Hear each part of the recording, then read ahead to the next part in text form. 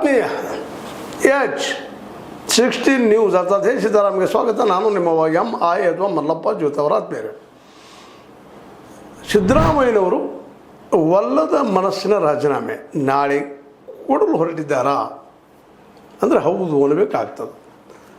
ದೆಹಲಿಗೆ ಕರೆಸಿದ್ದು, ಮಾತನಾಡಿದ್ದು, ಅಲ್ಲಿ ಡೆವಲಪ್ಮೆಂಟ್ಸ್ ಪ್ರತಿಯೊಂದನ್ನು ಸೂಕ್ಷ್ಮವಾಗಿ ಅಬ್ಸರ್ವೇಷನ್ ಮಾಡಿದ್ದು, ರಾಹುಲ್ ಗಾಂಧಿಯವರು ನೀವು ಹೊಸ ಜನರೇಷನ್ಗೆ ಅನುಕೂಲ ಮಾಡೋದಿಲ್ಲ, ರಾಜೀನಾಮೆ ಕೊಡಬೇಕು, ನೀವು ರಾಷ್ಟ್ರಮಟ್ಟಕ್ಕೆ ಬರಬೇಕು, ರಾಜ್ಯಸಭಾ ಸದಸ್ಯರಾಗಬೇಕು ನಿತೀಶ್ ಕುಮಾರ್ ಅವರ ಹಾಗೆ ಏನೇನೋ ಮಾತಾಡಿದ್ದಾರೆ. ಅವ್ರ ಜೊತೆಗೆ ಒಳ್ಳೆಯ ಮಾತುಗಳು ಅಲ್ಲಂತಲ್ಲ.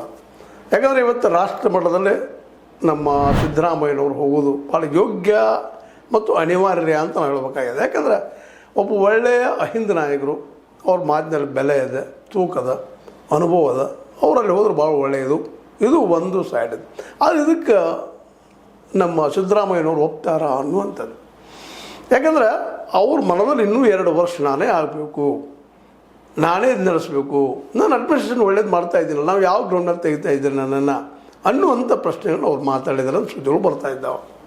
ಇದರಿಂದಾಗಿ ಅಸಮಾಧಾನಲ್ಲೇ ನಿಶ್ಚಿತದ. ಹೀಗಾಗಿ ಆ ನಾಯಕನನ್ನು ಇನ್ನೊಂದು 2 ವರ್ಷ ಮುಂದುವರಿಸಿದ್ರೆ ಯೋಗ್ಯತಾನ ಅನ್ನೋದು ಒಂದು ಮಾತು ಇಲ್ಲಿ ಚರ್ಚೆಗೊಳ್ಳೋದ.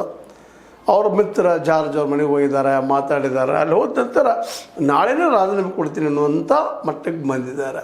ಅದು ಮುಂದೆ ಏನಾಗ್ತದೋ ಅದು ಗೊತ್ತಿಲ್ಲ, ಅದು ಮುಂದಿನ ಮಾತು. ಆದರೆ ಒಂದು ಮಾತನ್ನು ನಾವು ಭಾಳ ಗಂಭೀರವಾಗಿ ಚರ್ಚಿಸ್ಬೇಕಾಗ್ತದೆ, ಚಿಂತನೆ ಮಾಡಬೇಕಾಗ್ತದೆ. ಸಿದ್ದರಾಮಯ್ಯರವರಂಥ ನಾಯಕರು ಕಾಂಗ್ರೆಸ್ನಲ್ಲಿ ಇನ್ನು ಯಾರಿದ್ದಾರೆ? ಡಿ ಕೆ ಶಿ ಅವರು ಆ ಮಾತು ಬೇರೆ. ಡಿ ಕೆ ಶಿ ಅವರು ಆಗ್ಬೋದು, ಶ್ಯಾಮ ಪರಮೇಶ್ವರ್ ಅವರು ಆಗ್ಬೋದು, ಇನ್ನೂ ಗ್ಯಾರಂಟಿ ಇಲ್ಲ ಡಿ ಕೆ ಶಿ ಅವರು ಆಗ್ತಾರಂತೇಳಿ. ಯಾಕಂದರೆ ಶಾಸಕಾಂಗ ಸಭೆಯಲ್ಲೇ ಏನು ಆಗಬಹುದು ಅನ್ನುವಂಥ ಅಷ್ಟೇ ಮುಖ್ಯದ. ಹೈಕಮಾಂಡ್ ಮಾತು ಕೇಳ್ತಾರೆ ಶಾಸಕರು, ಇಲ್ಲ ಅದನ್ನು ನಾವು ಓಟ್ಗೆ ಹಾಕೊಳ್ಳುವಂಥ ಒಂದು ಸೆಲ್ಫಿ ಮೀಟಿಂಗಲ್ಲಿ ಇಟ್ಕೊಳ್ತಾರೆ, ಅಥವಾ ಈ ಸದನದಲ್ಲಿ ತಂದು ನಿಲ್ಲಿಸ್ತಾರೆ ಅನ್ನುವಂಥ ಏನು ಅವ್ರ ಬಿಟ್ಟು ಗೊತ್ತಿಲ್ಲ. ಅದು ಈಗಿನ ಮಟ್ಟಿಗೆ ಮಾತ್ರ ಶಾಂತ ಮನೋಭಾವದಂಗೆ ಕಾಣುತ್ತಿರುವ ಸಿದ್ದರಾಮಯ್ಯನವರು ಅಷ್ಟು ಸುಲಭವಾಗಿ ತಮ್ಮ ರಾಜಕೀಯ ಚಾಲವನ್ನು ನಡೆಯನ್ನು ಬಿಟ್ಟು ಕೊಟ್ಟಿಲ್ಲ ಅನ್ನೋದಷ್ಟೇ ಗಮನಾರ್ಹ. ಅವರು ನೀವು ರಾಜ್ಯಸಭಾ ಸದಸ್ಯರಾದ್ಮೇಲೆ ನೀವು ರಾಜೀನಾಮೆ ಕೊಡ್ರಿ ಏನೇನೋ ಮಾತಾಡಿದ್ದಾರೆ. ಪಾಪ ತಮಗೇನು ಸಾಧ್ಯನೂ ಮಾತಾಡಿದ್ದಾರೆ. ಎಷ್ಟಾದರೂ ರಾಹುಲ್ ಗಾಂಧಿಯವರು ವಯಸ್ಸಿನಿಂದಾಗಿರ್ಬೋದು, ಅನುಭವದಿಂದಾಗಿರ್ಬೋದು, ಹೌದು ಒಳ್ಳೆ ಬುದ್ಧಿವಂತರಿರ್ಬೋದು. ಆದರೆ ಈ ನಮ್ಮ ಸಿದ್ದರಾಮಯ್ಯನವರಷ್ಟ ಆಳದ ಜ್ಞಾನ, ರಾಜಕೀಯ ಜ್ಞಾನ ಮತ್ತು ಯಾವ ರೀತಿಯಾಗಿ ಏನು ಸಿಚುವೇಶನ್ನ ತನಗೆ ಹೆಂಗೆ ಬೇಕು ಹಂಗೆ ತಿರುವಂಥ ಒಂದು ಶಕ್ತಿ ಇನ್ನೂ ಇಲ್ಲ ಅನ್ನೋ ಸಾಕ್ಷಿ 2020 ಒಂದು MP ಗಳನ್ನು ಗೆದ್ದು ಸಹ ನಂತರದ ಸ್ವತಂತ್ರವಾದ ಮೀಡಿಯಾಗೆ ಬೇಕಾಗಿರುವುದು ಸ್ವತಂತ್ರ ಧ್ವನಿ. ಆ ಸ್ವತಂತ್ರ ಧ್ವನಿ ಉಳಿಸಲು ನೀವು ಮಾಡಬೇಕಾದದ್ದು ಇಷ್ಟೇ. ಅದೇನಪ್ಪಾ ಅಂತಂತಂದ್ರೆ ನಿಮ್ಮ ಕೈಲಾದಷ್ಟು ಸಹಾಯ ಈ ಚಾನಲ್ಗೆ ಮಾಡಿ ಹಾಗೂ ನಿಮ್ಮ ಧ್ವನಿಯನ್ನು ಕಾಪಾಡಿಕೊಳ್ಳಿ. ಎಲ್ಲ ವಿಧಾನಸಭಾ ಚುನಾವಣೆಯಲ್ಲಿ ಸೋಲ್ತಾ ಬಂದಿರುವುದು ರಾಹುಲ್ ಗಾಂಧಿಯವರ ಅನನುಭವನೂ ಕಾರಣ ಅನ್ನೋದರಲ್ಲಿ 2 ಮಾತಿಲ್ಲ. ಹೀಗಾಗಿ ಇಲ್ಲೇ ಅನುಭವ ಮತ್ತು ವಿದ್ವತ್ತು, ಬರೀ ವಿದ್ವತ್ತಿದ್ರೆ ಅಲ್ಲ, ಅನುಭವನ ಬೇಕಾಗ್ತದೆ. ಜೀವನಾನುಭವ ಅನ್ನುವಂಥದ್ದು ಬಹಳ ಮಹತ್ವದ್ದು. ಹಂಗೆ ರಾಜಕೀಯ ಅನುಭವದಲ್ಲೂ ಸಹಿತ ಸಿದ್ದರಾಮಯ್ಯನವರು ಭಾಳ ಮುಂದುವರೆದಂಥವ್ರು. ಮತ್ತು ಇವತ್ತು ಕಾಂಗ್ರೆಸ್ನಲ್ಲಿ ಅವ್ರು ಉಳಿಬೇಕು ಅನ್ನೋದು ಅಷ್ಟು ಮುಖ್ಯದ. ಯಾಕಂದ್ರೆ ಈ ಕಾಂಗ್ರೆಸ್ ರಿಬಿಲ್ಡ್ ಆಗಲಿಕ್ಕತ್ತದ, ಮತ್ತೊಮ್ಮೆ ಕಟ್ಕೊಳ್ಳಿಕ್ಕತ್ತದ ರಾಷ್ಟ್ರ ಮಟ್ಟದಲ್ಲಿ. ಭಾಳ ಮಹತ್ವದ ಸಮಯ ಇದು. ಈ ಸಮಯದಲ್ಲೇ ನಾಳೆ ಏನಾದರೂ ರಾಜೀನಾಮೆ ಕೊಟ್ಟು ಮತ್ತೇನಾದ್ರು ಹೆಜ್ಜೆ ಇಟ್ಟರೆ ಇವರು ಸಿದ್ದರಾಮಯ್ಯನವರು ಒಂದು ಮನಸ್ಥಿತಿ ನಾವು ನೋಡ್ತಾ ಬಂದಿದ್ದೀವಿ. ಯಾವುದೇ ಪ್ರಸಂಗದಲ್ಲಿ CM ಚೇರನ್ನು ಸುಲಭ ಬಿಟ್ಟುಕೊಟ್ಟಂಥವ್ರಲ್ಲ. ಅದು ಯಾಕೋ ಏನೋ ಅವರಲ್ಲಿ ಒಂದು ಮಾನಸಿಕವಾದಂಥ ಒಂದು ರೋಗನೋ ಅಥವಾ ಸಿದ್ಧ ಔಷಧಿಯೋ ಗೊತ್ತಿಲ್ಲ. ಆದರೆ ಅವರು ಅದನ್ನು ಒಂದು ದೊಡ್ಡ ಮನಸ್ಸು ಮಾಡಿ ತೊಗೊಂಡ್ರಂತೆ ಭಾಳ ಬೆಸ್ಟ್ ಕೆಲಸ ಆಗಿಬಿಡ್ತದೆ. ರಾಷ್ಟ್ರ ಮಟ್ಟದಲ್ಲಿ ಒಬ್ಬ ದೊಡ್ಡ ನಾಯಕ ಸಿಕ್ಕಂಗೆ ಆಗ್ತದೆ. ಇವತ್ತು ನಾಯಕರು ಇದ್ದಂಥವ್ರು ಯಾರೂ OBC ಮಟ್ಟದ ಜನರ ಬಗ್ಗೆ, ಅವ್ರ ಬೆದ್ದ ಸಮುದಾಯದ ಬಗ್ಗೆ ಚಿಂತನೆ ಮಾಡುವಂಥವ್ರು ಇಲ್ಲವೇ ಇಲ್ಲಂದ್ರೆ ನಡೀತದೆ. ಯಾರು ಇದ್ದಾರೆ ರೀ? ನಿತೀಶ್ ಕುಮಾರ್ ಅವರು ತಮ್ಮ ಕುರ್ಚಿಗಾಗಿ ಬಡದಾಡಿದರು. ಆದರೆ ನಿಜವಾಗಿಯೂ ಆ ಸಮುದಾಯ ಸಲುವಾಗಿ ಹೋರಾಟ ಮಾಡಿದವರು.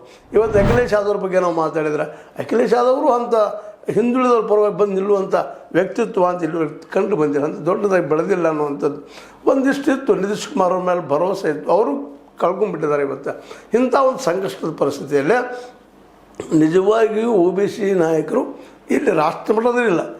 ಅದು ಇವತ್ತು ರಾಷ್ಟ್ರ ಮಟ್ಟಕ್ಕೆ ಇವರು ಏನಾದರೂ ಎಂಟ್ರಿ ಹೋದರೆ ರಾಹುಲ್ ಗಾಂಧಿಯವರ ಜೊತೆಗೂಡಿದರೆ ಕಾಂಗ್ರೆಸ್ ನಿಶ್ಚಿತವಾಗಿಯೂ ರಾಷ್ಟ್ರ ಮಟ್ಟದ ದೊಡ್ಡದಾಗಿ ಬೆಳೆದರಲ್ಲೇ 2 ಮಾತೇ ಇಲ್ಲ. ಯಾಕಂದರೆ ಈಗಾಗಲೇ ಖರ್ಗೆ ಅವರು ದಲಿತ ಅವ್ರು ಅದೇ ರೀತಿಯಲ್ಲಿ ಅವ್ರ ಅನುಭವ ಅದ. ಆ ಅನುಭವ ನೆರಗಟ್ಟಿನಲ್ಲೇ ದಲಿತ ಸಮುದಾಯವನ್ನು ತಮ್ಮೊಂದಿಗೆ ಎಳೆಯುವ ಪ್ರಯತ್ನ ಮಾಡ್ತಾ ಇದ್ದಾರೆ.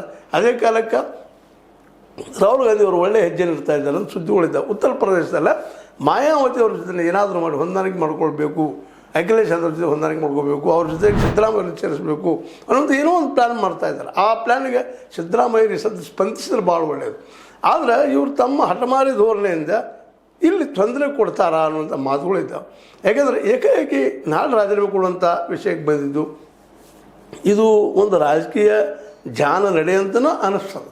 ಅದಕ್ಕೆ ಇವತ್ತೇನಿದ್ರು ಸಿದ್ದರಾಮಯ್ಯವರ ಮನಸ್ಸಿನ ಸ್ಥಿತಿ ಮೇಲೆ ಅವ್ರು ಯಾವ ನಿರ್ಧಾರ ತೆಗೆದುಕೊಳ್ತಾರೆ ಅದ್ರ ಮೇಲೆ. ಯಾಕೆಂದ್ರೆ ತಮ್ಮೊಂದಿಗೆ ಗುರುತಿಸ್ಕೊಂಡವ್ರನ್ನ ಸಹ ಇವತ್ತು ಉಳಿಸ್ಕೋಬೇಕಾಗಿದೆ. ಅವರು ಅದು ಉಳಿಸ್ಕೊಡೋ ಕೆಲಸನೂ ಆಗ್ಬಹುದೇನೋ. ಯಾಕೆಂದ್ರೆ ಅವ್ರು ಹೊರಗೆ ಉಳಿದ್ರೆ ತಮಗೆ ಬೇಕಾದಂಥವ್ರ ಸಹಿತ ಎಲ್ಲರೂ ಈ ಸಂಪುಟದಲ್ಲಿ ಸೇರಿಸಲಿಕ್ಕೆ ಸಾಧ್ಯ ಇದೆ.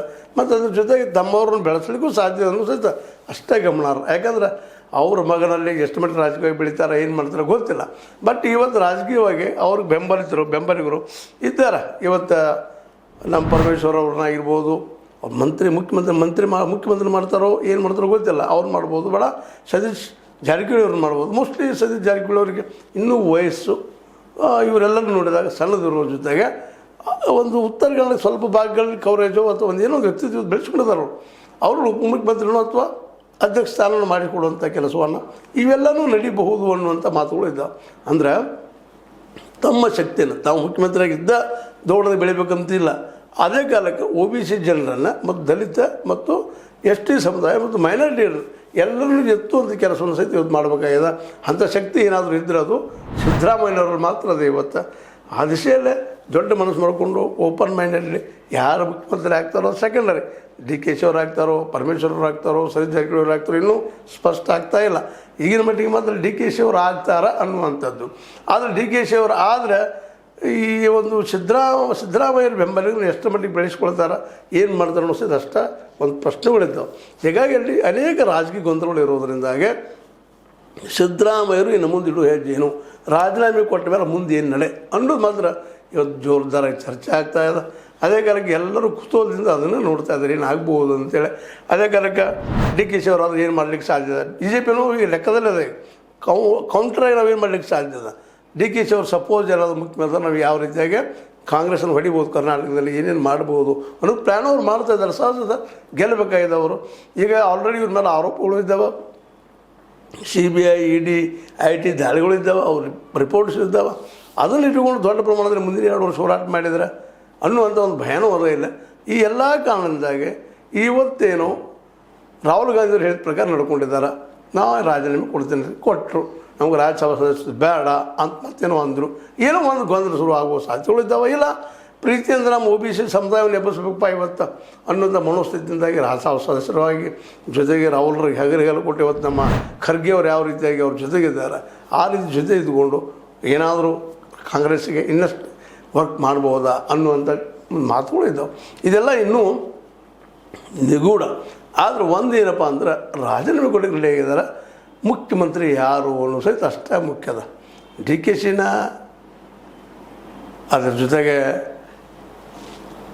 ಪರಮೇಶ್ವರ್ ಅವರ ಇಲ್ಲ ಸತೀಶ್ ಅವರ ಅನ್ನೋ ಸಹಿತ ಚರ್ಚೆ ಅವು ಬಿರ್ಸ್ಕೊಳ್ತಾ ಇದ್ದಾವೆ ಅಂತ ಹೇಳ್ತಾ ಇದು ನಿಮ್ಮ ಲೈಕ್ ಇರ್ಬೋದು. ಲೈಕ್ ಮಾಡಿ, ಶೇರ್ ಮಾಡಿ, ಕಾಮೆಂಟ್ ಮಾಡಿ, ಜೊತೆಗೆ ಸಬ್ಸ್ಕ್ರೈಬ್ ಮಾಡಿಸ್ಬಿಟ್ಟು S16 ನ್ಯೂಸ್ ಅರ್ಥಾತ್ ಸೀತಾರಾಮದು ಸತ್ಯದ ಕೈಗಳಲ್ಲಿ ವಂದನೆಗಳು. ಆತ್ಮೀಯ ಸಾರ್ವಜನಿಕರಲ್ಲಿ H16 ಅರ್ಥಾತ್ ಸೀತಾರಾಮದಿಂದ ಒಂದು ಮನವಿ.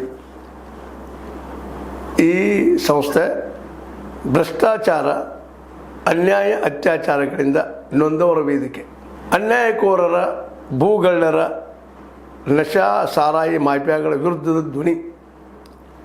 ರೈತರ, ಕೂಲಿಕಾರ, ಕಾರ್ಮಿಕರ, ಬಿದ್ದ ಸಮುದಾಯ ಜನರ ಧ್ವನಿ. ಬೆಂಬಲವಾಗಿ ನಿಂತು ತನುಮನ ಧನದ ಸಹಾಯಕ್ಕೆ ಸಾರ್ವಜನಿಕರಲ್ಲಿ ಕೋರಿಕೆ. ದಾನದ ಸಹಾಯ ನೀಡಿ ಸ್ವಾತಂತ್ರ್ಯ ಪತ್ರಿಕೋದ್ಯಮ ಉಳಿಸಿ ಬೆಳೆಸಿ. ವಂದನೆಗಳು. ತಮ್ಮನ್ನೇ ನಂಬಿರುವ ಮಲ್ಲಪ್ಪ E ಜೋತಾವರ್. ಈ ಕೆಳಗಿನ QR ಸ್ಕ್ಯಾನ್ ಮಾಡಿ ಅಥವಾ ಈ ನಂಬರ್ ಅಂದರೆ 7411402405ಗೆ ಇಲ್ಲ 968686 4852ಗೆ ನೀವು ಫೋನ್ಪೇ ಮಾಡಿ, ಪೇಟಿಎಮ್ ಮಾಡಿ ಅಥವಾ ಇನ್ನಾವುದೇ ಮಾಧ್ಯಮದಿಂದ ಗೂಗಲ್ ಮೂಲಕ ಸಹಾಯ ಮಾಡಿ ಈ ಪ್ರಾಮಾಣಿಕ ಪತ್ರಿಕೋದ್ಯಮವನ್ನು ಉಳಿಸಿ ಅಂತ ಮತ್ತೊಮ್ಮೆ ಮನವಿ. ವಂದನೆಗಳು.